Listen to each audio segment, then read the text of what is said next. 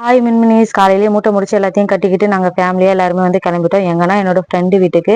என்னோட ஃப்ரெண்டுக்கு குழந்தை பிறந்து கிட்டத்தட்ட 5 மாதம் ஆச்சு. நான் போய் இன்னும் பார்க்கவே இல்லை. இன்னைக்கு எப்படியாச்சும் பார்த்துடணும் அப்படின்னு சொல்லிட்டு கிளம்பிட்டோம். இதுக்கு முன்னாடி ஒரு மேரேஜ் ஃபங்க்ஷன் போக வேண்டி இருந்துச்சு. சரி, அதையும் அட்டன் பண்ணிட்டு அப்படியே கிளம்பிடுவோம் அப்படின்னு சொல்லிட்டு மேரேஜ்க்கு போயிட்டு அங்கே டிஃபன் எல்லாமே சாப்பிட்டுட்டு அதுக்கப்புறம் வந்து கிளம்பிட்டோம்.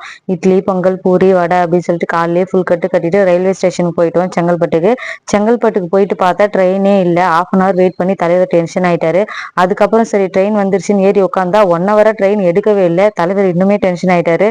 சரின்னு சொல்லிட்டு ஏறி உட்காந்தாச்சு, போய் தான் ஆகணும் அப்படின்னு சொல்லிட்டு வெயிட் பண்ணிட்டு இருந்தோம். கவிக்குட்டி யாருக்கிட்டையுமே போக மாட்டா. இந்த அக்காவை பார்த்து என்ன நினைச்சாலோ தெரியல, பூனைக்குட்டி மாரி சமத்தா போய் மடியில உட்காந்துக்கிட்டா. அதுக்கப்புறமா ட்ரெயின்ல இருந்து இறங்கி பழம் எல்லாம் கொஞ்சம் வாங்கிட்டு அப்படியே வந்து ஆட்டோ பிடிக்கலாம் அப்படின்னு சொல்லிட்டு போயிட்டு இருந்தோம். எப்பவுமே என்னோட மன்னவர் இருக்கும்போது என்னை எதுவுமே தூக்க விட மாட்டாரு. வெயிட் எல்லாம் இப்ப குழந்தை தூக்கிதான் ஆகணும், வேற வழி இல்லாதனால தூக்கிட்டு வரேன். சபரி, நீ பாப்பாவை தூக்கிட்டு வர, நான் ஹேண்ட்பேக் எடுத்துக்கிறேமா அப்படின்னு சொல்லிட்டு சமத்தா அதை மாட்டிட்டு வரும்போது அப்பாவுக்கு தப்பாம பிறந்திருக்கு பாரு புள்ள அப்படின்னு சொல்லிட்டு ஒரே சந்தோஷமாயிடுச்சு. இவர்தான் என்னோட ஃப்ரெண்டோட அப்பா. நான் என் ஃப்ரெண்டை பார்க்க போறேனோ இல்லை, இவரை பாக்குறதுக்காக தான் மெயினா போயிருந்தேன். ஏன்னா பாசம்னா பாசம், அவ்வளோ பாசம். அவங்க வீட்டு பொண்ணு ஊர்ல இருந்து வந்தா மாதிரி அவ்வளோ பாசமா வந்து பேசிட்டு இருந்தாரு. ஃபர்ஸ்ட் டைம் பாக்குறோம், ஃபர்ஸ்ட் டைம் அவங்க வீட்டுக்கு போறோம் அப்படின்ற ஃபீலே இல்லை. வீட்டுக்காச்சும் போனா இந்த ஃபர்ஸ்ட் டைம் போகும்போது எப்படியுமே ஒரு ஃபீல் இருக்கும், நம்ம வேற ஒருத்தவங்க வீட்டுக்கு வந்திருக்கோம் அப்படின்னு சொல்லிட்டு. ஆனா இவங்க வீட்டுக்கு போனப்ப நம்ம வேற ஒருத்தவங்க வீட்டுக்கு போன ஃபீலே இல்லை. வீட்டுக்கு வரவே மனசே இல்லை. அவ்வளோ ஜாலியா ஹாப்பியா வந்து இருந்துச்சு அந்த நாளே.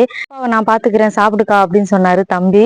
அம்மா வாங்கம்மா சீக்கிரம் சாப்பிடுங்கன்னு சொன்னாங்க அம்மா. அப்பா நான் தான் பரிமாறுவேன் அப்படின்னு சொல்லிட்டு சாப்பாடு போட்டு ஒண்ணு ஒன்னா பார்த்து பார்த்து போதும் போதும் சொல்ல சொல்ல வச்சுக்கிட்டே இருந்தாரு. எல்லா பொண்ணுங்களுக்குமே பாசமான அப்பா வந்து கிடைக்க மாட்டாங்க. அது வந்து ஒரு பெரிய வரம். ஏன்னா எனக்கு வந்து அது கிடைக்கலன்றதுனாலயோ என்னவோ தெரியல, அப்பா எனக்கு சாப்பாடு பரிமாறின உடனே எனக்கு கண் கலங்குற அளவுக்கு ஆயிடுச்சு.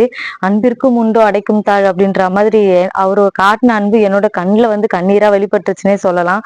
அந்த அளவுக்கு நான் வந்து இன்னைக்கு ரொம்ப எமோஷனலா வந்து இருந்தேன். சாப்பிட்டு முடிச்சுட்டு அப்பாவும் பொண்ணு ஒரு குட்டி தூக்கம் போட்டாங்க. சரி அப்பா கிளம்புறோம் அப்படின்னு சொல்லிட்டு கிளம்புனா விடவே இல்லை. முடியவே முடியாது, ஈவினிங் இருந்து சாப்பிட்டுட்டு தான் போகணும் அப்படின்னு சொல்லிட்டாரு. ஒரு 6:30 போலவே வந்து ஈவினிங் டின்னரே ரெடி பண்ணிட்டாங்க. அதுக்கப்புறம் ஒரு தட்டுல பிளவுஸு, வெத்தலை பாக்கு, பூ, பழம் எல்லாமே வச்சு எங்களுக்கு ஆசீர்வாதம் பண்ணி கொடுத்தாங்க. ரொம்பவே ஹாப்பியா நிறைவான நாளா இந்த நாள் வந்து இருந்துச்சு. அதுக்கப்புறம் ரேபிடோ ஆட்டோ புக் பண்ணி 2 பேருமே வந்து 2 பக்கம் மறைச்சு நின்றுட்டாங்க. நான் தான் வந்து பே பண்ணுவேன், நீ பண்ணக்கூடாது அப்படின்னு சொல்லிட்டு பே பண்ணிட்டு அதுக்கப்புறம் 2 பேருமே பாய் சொல்லி அனுப்பி வச்சாங்க. நான் கவர்மெண்ட் ஜாப்ல சேர்ந்ததுக்கு அப்புறம் எனக்கு ஒரு நல்ல ஃப்ரெண்டு அப்படின்னு சொன்னா அது வாணிஸ்ரீ தான். அவ மூலமா எனக்கு ஒரு நல்ல குடும்பமும் கிடைச்சிருக்கு அப்படின்னு நினைக்கும் போது ரொம்ப சந்தோஷமா இருக்கு.